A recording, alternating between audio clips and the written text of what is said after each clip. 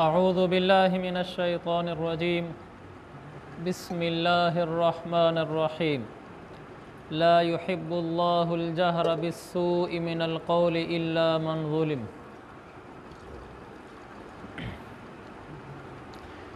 اس آیت میں اللہ تعالیٰ نے فرمایا کہ کسی کی برائی کو بیان کرنا جائز نہیں مگر مظلوم اپنے ظلم کو بتانے کے لیے اپنے ظالم کی ظلم والی برائی کا تذکرہ کر سکتا ہے۔ یعنی کوئی آدمی کسی کی برائیاں بیان کرتا پھرے یہ درست نہیں ہے کہ فلاں آدمی ایسا گندا ہے، فلاں ایسا برا ہے۔ ہاں، کسی آدمی پر ظلم ہو جائے تو وہ اپنے ظالم کی برائی ایسے آدمی کے سامنے بیان کر سکتا ہے جو اس کو ظلم سے نجات دلائے یا اس ظلم کو بیان کرنے میں فائدہ ہو، مگر یہ واضح رہے کہ صرف اتنی برائی بیان کر سکتے ہیں جتنی ضروری ہے۔ مثلا ایک افیسر ہے کسی شعبے میں، وہ لوگوں کے ساتھ زیادتی کر رہا ہے اور لوگوں کے ساتھ ناجائز زیادتیاں کر رہا ہے، تو ماتحتوں کو یہ اجازت ہے کہ کسی بڑے افسر کو جا کر کہیں یہ ہمارے ساتھ یہ ناجائز زیادتیاں کرتا ہے، لیکن اس کی ذاتیات کو نہیں چھیڑ سکتے۔ یعنی صرف وہ چیز بیان کرے جو چیز بیان کرنے کی ہے بس۔ ہمارے ہاں کیا ہوتا ہے کہ جس آدمی کے بارے میں کوئی برائی بات ہم نے دیکھی ہے اور بیان کرنا بھی ضروری سمجھتے ہیں، ہم اس کی ذاتیات تک اتر آتے ہیں۔ اس کی آسان مثال، ہمیں کسی سیاستدان سے اختلاف ہے، کسی افیسر سے اختلاف ہے اور کسی اور بڑے آدمی سے اختلاف ہے، تو ہم اس کی ذاتیات تک پہنچ جاتے ہیں، اور یہ بہت بری بات ہے۔ جس حد تک آپ کو اس سے شکوہ ہے، آپ اس حد تک اس شکوے کو بیان کر سکتے ہیں۔ پھر بھی اگر آپ اس پر بھی چپ ہو جائیں اور اگلے کو معاف کر دیں کہ کوئی بات نہیں، اگرچہ اس نے میرے جذبات کو ٹھیس پہنچائی ہے لیکن میں معاف کرتا ہوں، تو یہ بات اللہ کے ہاں پسندیدہ ہے۔ آپ اس بات کو بخوبی دیکھ سکتے ہیں ہمارے موجودہ حالات میں کہ ایک آدمی کو جب کسی سیاسی پارٹی سے اختلاف ہو جاتا ہے یا کسی دینی مسلک میں کسی عالم سے اختلاف ہو جاتا ہے، وہ صرف اتنی بات پر اکتفا نہیں کرتا کہ فلاں عالم جو ہمارے مسلک کا نہیں ہے اس کی یہ والی بات پر ہمیں اعتماد نہیں ہے، یہ خلاف شریعت ہے اس کی بات، بلکہ اس کی ذاتیات پر اتر آتے ہیں، اس کی رنگ پر، اس کی شکل پر، اس کی قد کاٹ پر، کہ اپنا ناک تو دیکھے، اپنی شکل تو دیکھے۔ اس کا کیا تعلق ہے آپ کے اختلاف سے؟ جس بات میں اختلاف ہے اس حد تک آپ بیان کریں اگر آپ ضروری سمجھتے ہیں، اگلے کی ذاتیات پر بالکل نہیں اترنا چاہیے۔ اگلے صفحے پر فرمایا یہودیوں کے بارے میں کہ انہوں نے عیسیٰ علیہ السلام کی شان میں بہت زیادہ کوتاہی کی تھی۔ یہودی اور عیسائی، عیسیٰ علیہ السلام کے اوپر یہ دونوں فرقے گمراہ ہو گئے۔ یہودیوں نے عیسیٰ علیہ السلام کے ساتھ مخالفت مول لے کر عیسیٰ علیہ السلام کو بالکل نعوذ باللہ نچلے درجے کا آدمی ثابت کیا، اور یہاں تک کہہ دیا نعوذ باللہ کہ وہ ولد الزنا ہیں، یعنی وہ زنا سے پیدا ہوئے ہیں نعوذ باللہ۔ اور عیسائی حضرت عیسیٰ علیہ السلام کی محبت میں اتنا زیادہ آگے بڑھے کہ وہ آگے بڑھنے میں ان کو ان کی شان سے بھی اوپر چڑھا دیا، وہ اس میں گمراہ ہو گئے۔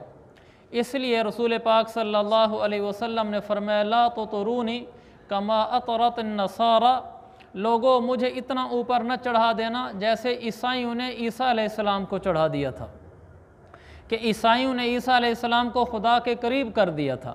کہا مجھے ایسے نہ کرنا۔ لہذا رسول پاک صلی اللہ علیہ وسلم سے محبت ہمارے ایمان کا جزو ہے، لیکن حضور صلی اللہ علیہ وسلم کو اللہ کا درجہ دے دینا یہ بلا شبہ غلط ہے۔ اسی طرح صحابہ میں بھی ہے اور حضرت علی رضی اللہ عنہ کے بارے میں بھی ہے۔ نہ تو حضرت علی رضی اللہ عنہ سے مخالفت مول لی جائے جیسا کہ بعض لوگوں نے لی اور وہ گمراہ ہوئے، نہ ان کی محبت میں اتنا انسان آگے چلا جائے کہ وہ بھی گمراہ ہو جائے۔ اللہ نے جو ہمیں دین دیا ہے واضح سیدھا راستہ، اسی پر قائم رہنا چاہیے۔ تو یہاں جو یہودی تھے وہ کہنے لگے کہ ہم نے ان کو قتل کر دیا ہے، سولی پہ چڑھا دیا ہے۔ اللہ نے فرمایا وما قتلوہ وما صلبوہ ولکن شبہ لہم، ان یہودیوں نے عیسیٰ علیہ السلام کو نہ قتل کیا نہ سولی پر چڑھایا، ان کو بھول چوک ہو گئی تھی۔ وما قتلوہ یقیناً انہوں نے عیسیٰ علیہ السلام کو قتل نہیں کیا تھا، بل رفعہ اللہ الیہ، بلکہ اللہ نے عیسیٰ علیہ السلام کو زندہ حالت میں زمین سے اوپر آسمانوں پہ اٹھا لیا تھا۔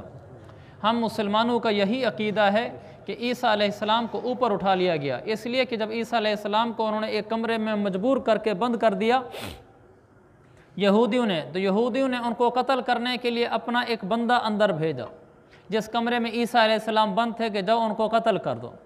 جب وہ بندہ اندر گیا تو اس کی بدبختی زیادہ تھی، چونکہ وہ نبی کو قتل کرنے گیا تھا، تو اس کی سزا اس کو یہ ملی کہ اللہ نے اس کی شکل عیسیٰ علیہ السلام جیسی کر دی، بالکل شکل میں ویسے کر دیا۔ عیسیٰ علیہ السلام کو اللہ نے اوپر اٹھا لیا اور وہ بندہ عیسیٰ علیہ السلام کی شکل میں ہو گیا۔ جب یہودیوں نے دیکھا اس اپنے آدمی کو تو جا کر انہوں نے اسی کو قتل کر دیا، کہنے لگے یہی عیسیٰ ہیں۔ تھوڑی دیر بعد خیال آیا کہ اگر یہ عیسیٰ ہیں تو ہمارا ساتھی کہاں ہے؟ تو وہ شکل عیسیٰ علیہ السلام کی تھی، لیکن اول وہلے میں تو ان کو دیکھ کے عیسیٰ علیہ السلام سمجھ کے قتل کر دیا۔ بعد میں دیکھا تو لباس تو وہی تھا جو ان کا ساتھی پہن کر گیا تھا، قد کاٹ باقی خد و خال تو اسی آدمی کے تھے۔ تو اس وقت انہوں نے مانا تو نہیں، وہ تو یہی کہتے رہے کہ ہم نے عیسیٰ علیہ السلام کو قتل کیا ہے، لیکن حقیقت یہ تھی عیسیٰ علیہ السلام کو انہوں نے قتل نہیں کیا تھا۔ قرآن کہتا ہے اللہ نے عیسیٰ علیہ السلام کو اوپر اٹھا لیا تھا۔ تو ہمارا عقیدہ ہے کہ عیسیٰ علیہ السلام ابھی آسمان پر زندہ ہیں، آخر زمانے میں تشریف لائیں گے رسول پاک صلی اللہ علیہ وسلم کے امتی بن کر، اور حضور صلی اللہ علیہ وسلم کے دین کی ہی تبلیغ فرمائیں گے۔ اس کے بعد اللہ نے یہاں یہودیوں پر اللہ نے رد کیا کہ وہ عیسیٰ علیہ السلام کی مخالفت میں گمراہ ہو گئے۔ آگے اللہ نے عیسائیوں پر رد کیا، یا اہل الکتاب لا تغلوا فی دینکم، اے عیسائیوں تم اپنے دین میں غلو نہ کرو، زیادہ آگے نہ بڑھ جاؤ، جیسے کہ عیسیٰ علیہ السلام کی شان میں غلو کرتے کرتے عیسائی آگے بڑھ گئے اور گمراہ ہو گئے۔ اللہ نے فرمایا دین میں غلو نہ کرو۔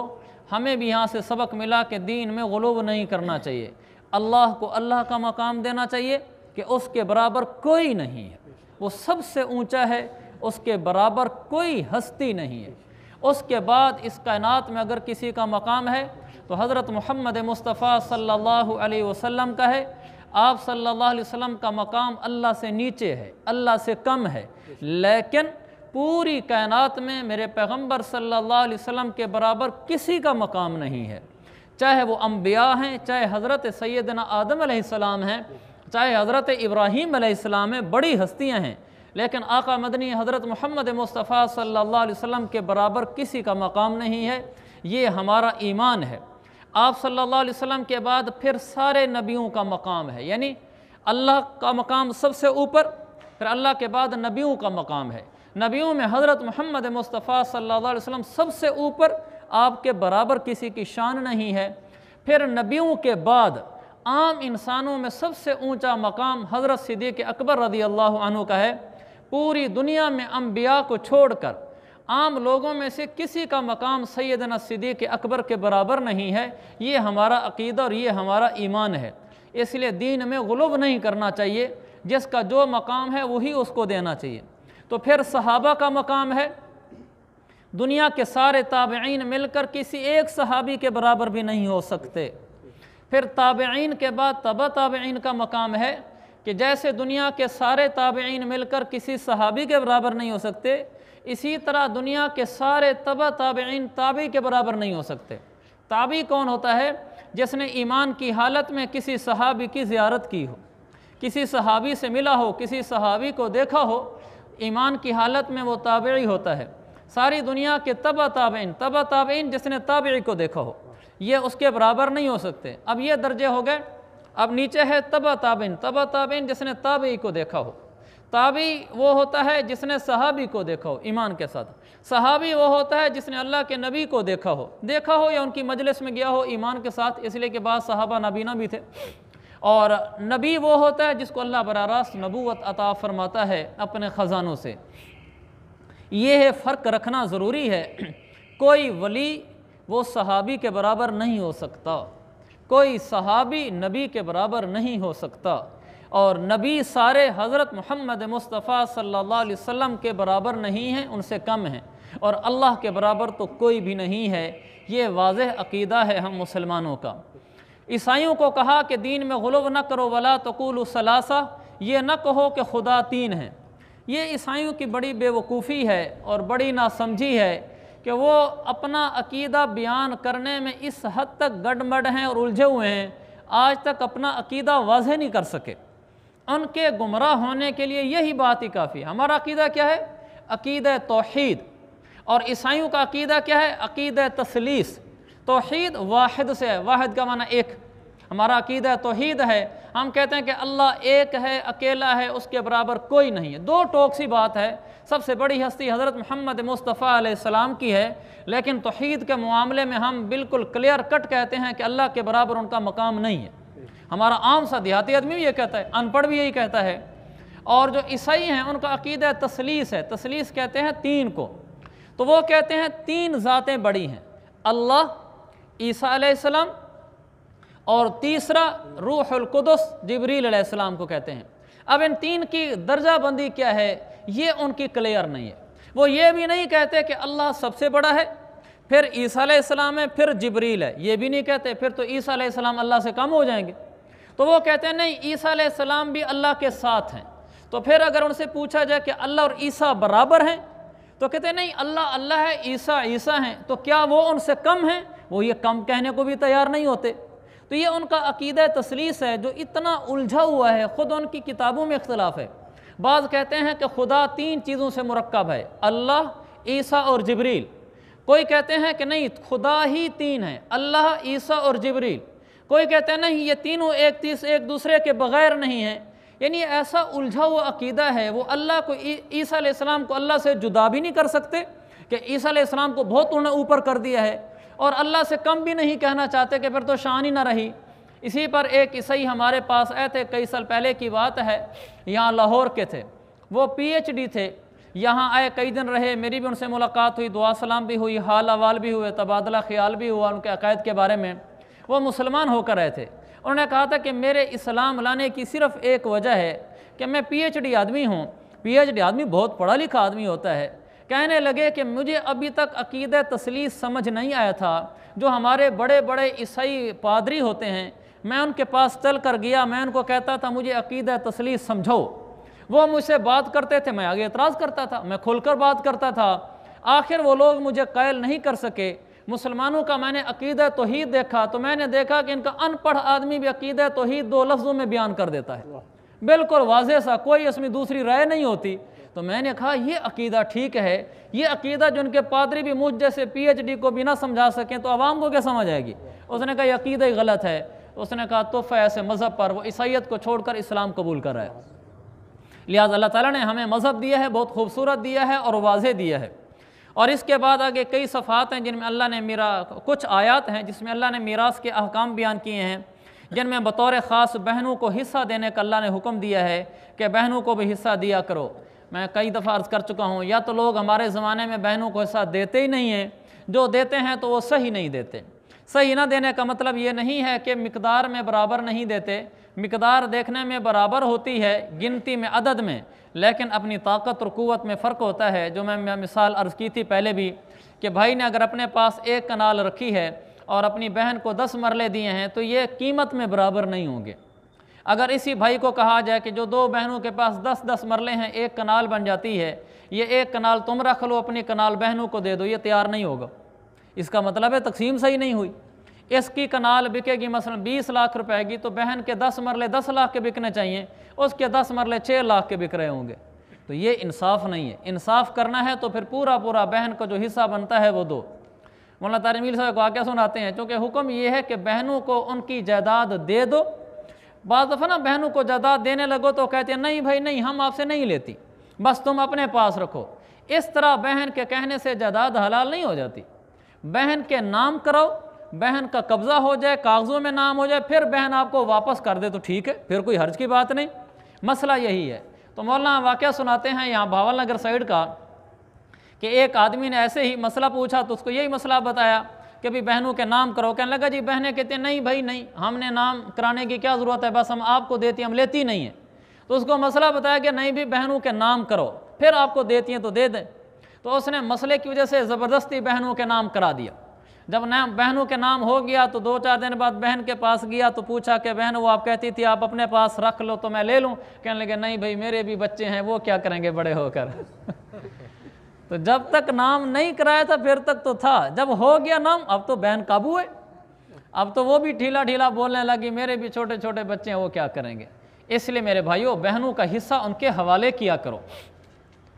آگے ہے سورۃ المائدہ۔ مائدہ عربی میں دسترخوان کو کہتے ہیں۔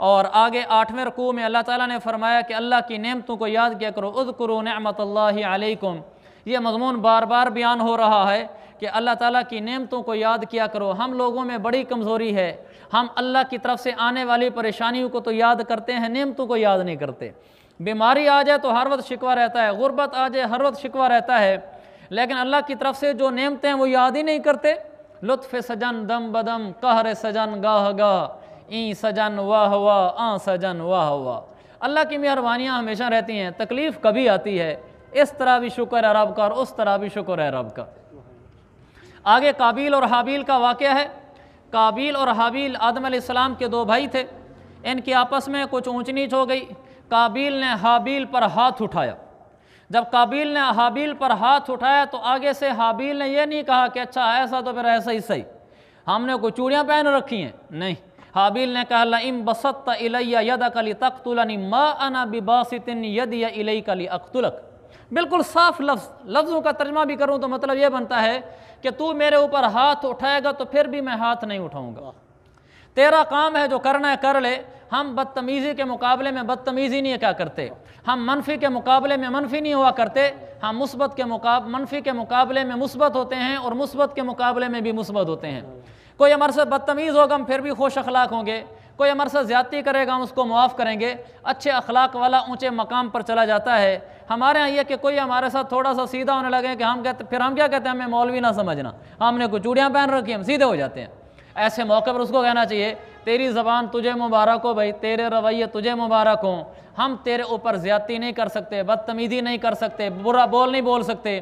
ہمیں کوئی کہہ دے نا، کوئی ماں بہن کی گالی دے دے، ہم اس کی خالہ باپ چاچو ماموں سب کو گالی دے دیتے ہیں، ہم کہتے ہیں اب ادارہ دیکھتے ہیں، یہ غلط بات ہے۔ وہ جو کرتا ہے کرنے دو، ہم اپنے اخلاق کو خراب نہ کریں، یہ اس کا کام ہے، یہ ہمارا کام ہے۔